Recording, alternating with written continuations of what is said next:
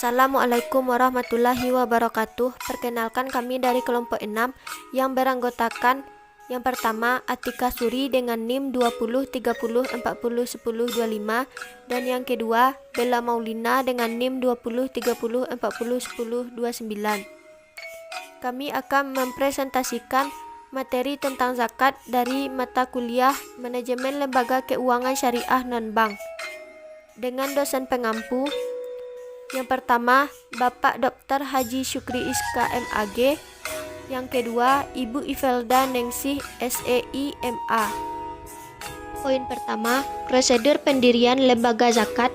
A. Badan Amil Zakat Nasional atau Basnas merupakan lembaga yang berwenang melakukan tugas pengelolaan zakat secara nasional yang bersifat mandiri dan bertanggung jawab kepada Presiden melalui Menteri. Basnas dipimpin oleh seorang ketua dan wakil ketua.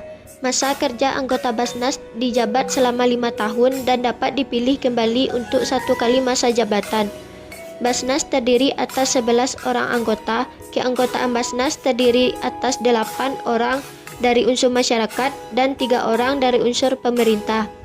Unsur masyarakat terdiri atas unsur ulama, tenaga profesional, dan tokoh masyarakat. Sedangkan dari unsur pemerintah ditunjuk dari kementerian atau instansi yang berkaitan dengan pengelolaan zakat. Dalam melaksanakan tugas Basnas menyelenggarakan fungsi A. Perencanaan, pengumpulan, pendistribusian, dan pendayagunaan zakat. B. Pelaksanaan, pengumpulan, pendistribusian, dan pendayagunaan zakat. C. Pengendalian, pengumpulan, pendistribusian, dan pendayagunaan zakat. D. Pelaporan pertanggungjawaban pelaksanaan pengelolaan zakat. Syarat menjadi anggota Basnas antara lain 1. Warga negara Indonesia. 2. Beragama Islam. 3. Bertakwa kepada Allah Subhanahu wa Ta'ala. 4. Berakhlak mulia. 5. Berusia minimal 40 tahun. 6. Sehat jasmani dan rohani. 7. Tidak menjadi anggota partai politik.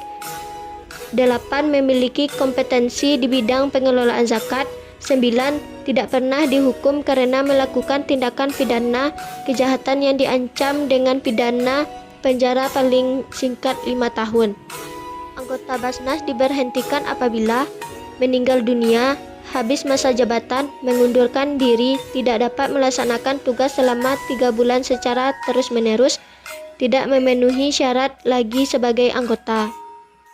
B. Lembaga Amil Zakat atau LAS adalah institusi pengelolaan zakat yang sepenuhnya dibentuk atas dasar prakarsa masyarakat dan oleh masyarakat yang bergerak di bidang dakwah, pendidikan, sosial, dan kemaslahatan umat Islam. Lembaga Amil Zakat dikukuhkan, dibina, dan dilindungi oleh pemerintah. Syarat-syarat didirikannya lembaga Amil Zakat adalah sebagai berikut. 1. Berbadan hukum. 2. Memiliki data muzaki dan mustahik. 3. Memiliki program kerja. 4. Melampirkan surat pernyataan bersedia diaudit. Pengesahan atau pengukuhan lembaga amil zakat. Untuk mendapatkan pengukuhan, sebelumnya calon lembaga amil zakat harus mengajukan permohonan kepada pemerintah sesuai dengan tingkatan ormas Islam yang memilikinya dengan melampirkan syarat-syarat sebagai berikut. Yang pertama, akta pendirian. Yang kedua, data muzaki dan mustahik.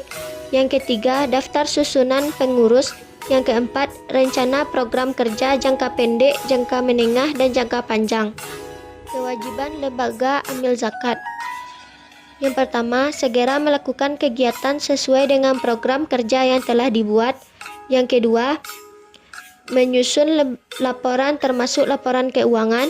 Yang ketiga, mempublikasikan laporan keuangan yang telah diaudit melalui media massa.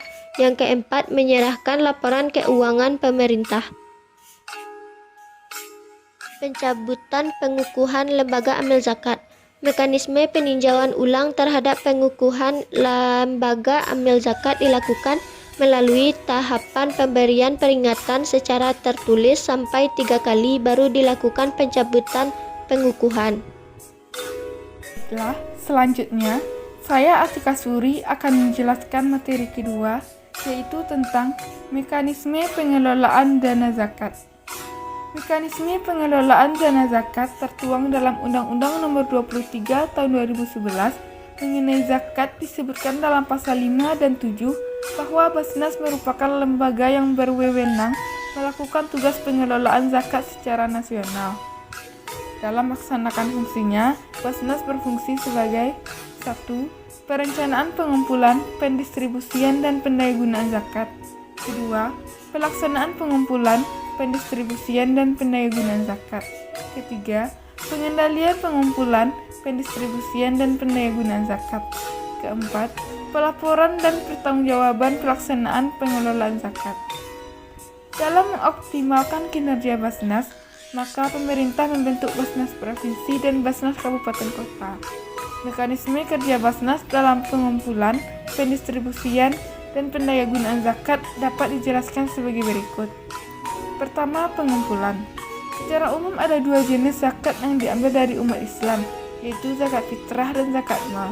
Zakat fitrah adalah zakat yang diwajibkan kepada semua umat muslim, dan pembayarannya dilakukan sebelum Hari Raya Idul Fitri. Zakat mal adalah zakat yang dikenakan atas segala jenis harta, contohnya uang, emas, surat berharga, penghasilan profesi, dan sebagainya. Kedua, pendistribusian. Pendistribusian dimaksudkan pada penyaluran harta zakat diberikan kepada 1. Fakir, 2. Miskin, 3. Amil, 4. Mu'alaf, 5. Budak, 6. Orang yang berhutang, 7. Fisabilillah, dan 8. Ibnu Sabil. 3. Pendayagunaan. Yang pertama, konsumtif, yaitu zakat yang diberikan kepada mustahik dengan tujuan untuk dikonsumsi atau untuk memenuhi kebutuhan pokok. Kedua, produktif, yaitu zakat yang diberikan kepada mustahik dengan tujuan untuk membantu mereka dalam mengembangkan diri atau memproduktifkan dirinya sehingga tidak bergantung lagi kepada zakat konsumtif. Sekian materi saya. Terima kasih.